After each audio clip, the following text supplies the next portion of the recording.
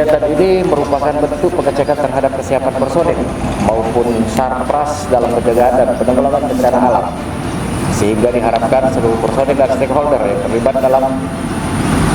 terlibat dapat bersinergi secara sigap, cepat, dan tepat dalam menghadapi berbagai potensi bencana ke depan demi menjamin terlindungnya keamanan dan keselamatan masyarakat.